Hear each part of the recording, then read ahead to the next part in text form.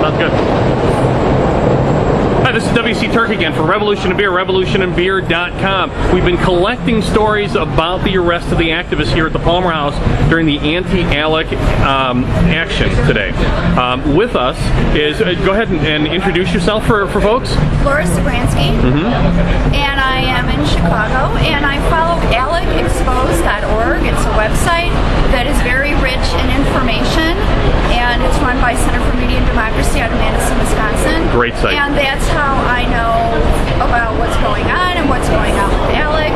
And I came down here to bring my son. And so I did get here a little bit late. I missed the march part, but then there were people speaking with loudspeakers and stuff. And after that, we kind of coalesced over on the west side of on Monroe in front of the Palmer House. And people were making noise and stuff, and all of a sudden I saw some people in front making more noise and more action, and the instrument, making more noise with the instruments. And I saw them maybe move slightly toward the police line, but then the police charged them. And that's when I backed off, and then I saw two people getting arrested, and they put them in the patio. Did the police announce anything? Did they say anything? Was there any? Nothing at all? No. Now, if they did, it could have been like oral, directly to that crowd, and I was standing far enough away, but no loudspeakers. And you said you saw people move forward. Was it a step? Was it several steps? Was it a stumble? Was it more than one person? Was it a couple of people? It could have been.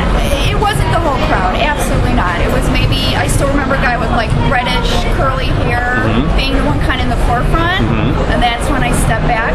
And no, they were definitely not like right on top of the police at all. Okay. No, in no way. So the police at no time, at least as far as you were aware, were ever threatened, were ever? Well, at that point, they were not right on top of them. However, and I will say back to your question about announcing anything, they told us to stay on the street. Okay. And I did. We all did. We stayed on the sidewalk. Okay. They had the line of tape before, and we all stayed inside of that. And then the tape went down, and then they wanted to let cars through. So they said stay on the sidewalk, and we did. So it was really just this one part where people were starting to get seemingly a little bit more agitated. But there was no warning by the police that they were about to arrest anybody. Not at all, because I would have been standing there. Yeah.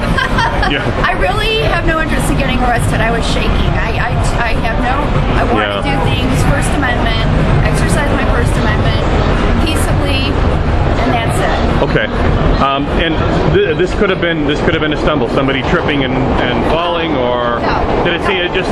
But like I said, there was like a slight movement, and it might have even been the crowd. So it was a very quick. It was very quick. And it was not like he was out there and then like really going toward him gradually. It was like very quick. There was a movement toward them. Did it seem like a overreaction by the police? Oh yeah. Okay. Yeah. Okay. Yeah. And I've been watching what's going on in Madison, and so I guess to me the reason I hesitate with that is I've been watching how they've been responding to Chicago occupiers too. And to me, they probably kept their cool, quite honestly, longer than we've seen them with some other protests. Okay. But on the other hand, I've been to some other protests in Chicago in the last couple years, and I have not seen that. Okay. So I don't know like what their orders are as far as.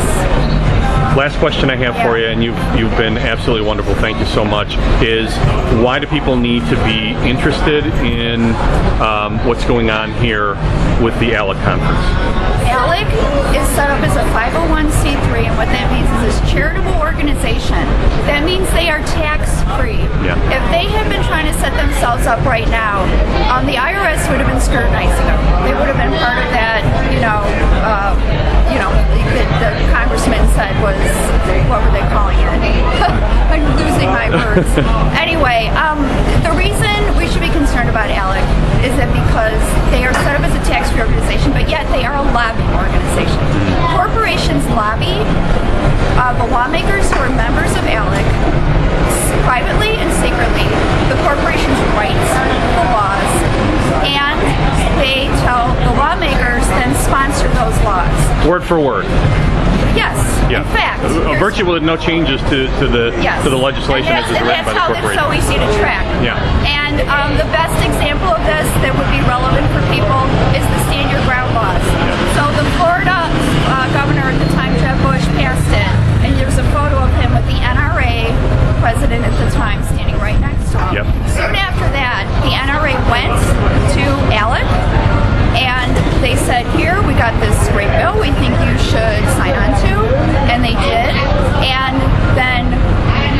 process of also buying gifts for lawmakers, some millions of dollars, which they are hiding. About $40 million have been spent, and they say zero been spent on these little junkets and vacations they provide for them. So then the lawmakers then sponsor these bills, and now they're in 24 states. And this, so that's one example.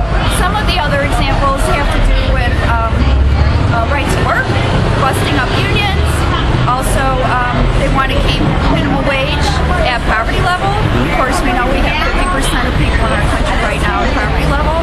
And they're privatizing pretty much anything they can get their hands on. And they look at every single person in this country as a commodity. We are to be bought and sold. That's why we should fight against them. Laura, can I ask you this? Do you think you need to be better informed, and do you think you need to have a stronger opinion on this matter? Me? Oh, I can always get stronger. If that was fantastic. If we could have more people that were as passionate about this as you are. You know what? Information's power. When people know what's being done and they can think about what it has done to them on a practical level, down to the school closings in Chicago, this is because of ALEC. You can trace almost every dangerous bill to the environment, to your school children, to your local communities, to ALEC. So I highly suggest going and visiting that website. Nice. Thank you. Catch more of this at revolutionandbeer.com.